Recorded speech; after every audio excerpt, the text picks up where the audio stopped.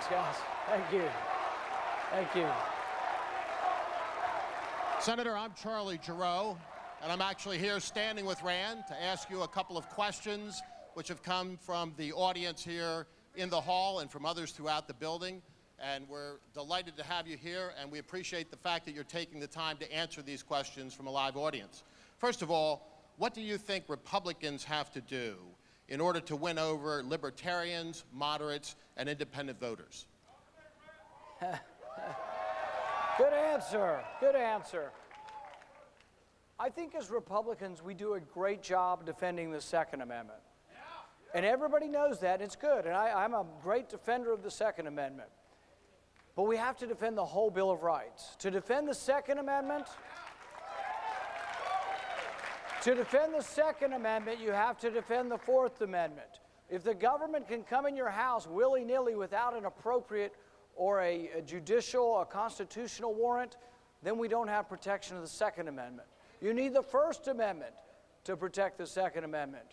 But if you want to talk about people who haven't been concerned about being a Republican or listening to a Republican, the Fifth, the Sixth, we should have speedy trials in our country. Khalif Browder was a 16-year-old boy accused of a crime. He's from the Bronx. He's an African-American kid from the Bronx.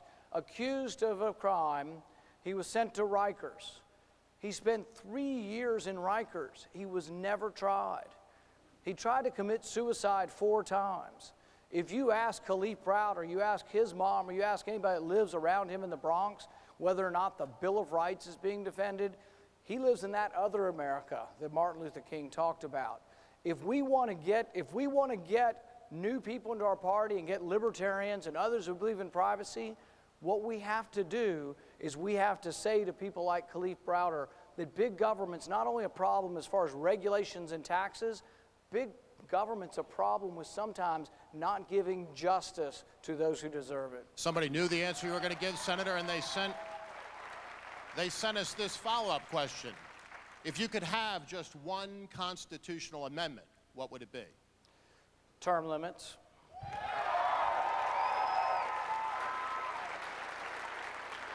Senator, what is your biggest criticism of Congress right now? That they're dysfunctional. That even when we agree on things, we can't get anything done. I had a bill last year with the majority leader and couldn't get it done. With the Democrat majority leader, couldn't even get a vote on it. There's a dysfunctionality to the place. We go week after week after week and we don't get things done.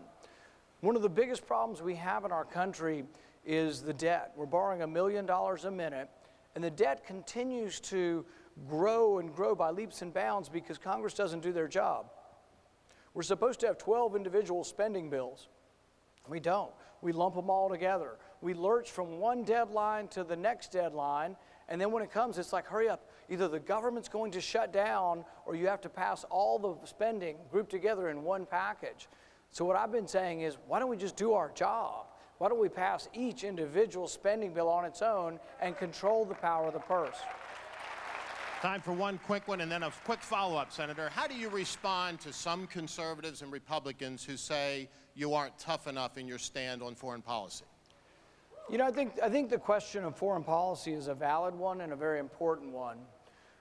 When I look at government, I think that the most important thing we do at the federal government level is defend our country. Without question, bar none. National defense is a constitutional function. It's the most important function we have. When I look at spending, when I look at what we should spend money on, this or national defense, or this or that or national defense, for me the priority always is national defense. When we get to foreign policy, though, we're not all the same. Not all Republicans are the same on foreign policy.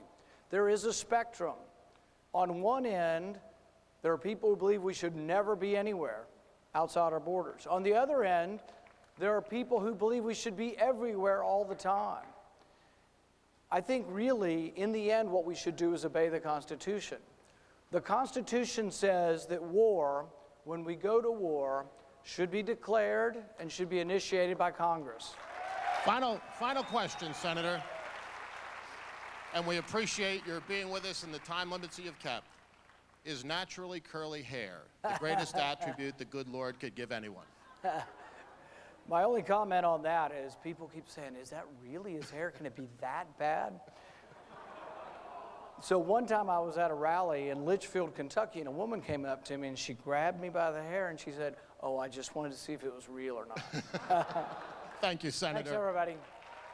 Thank you.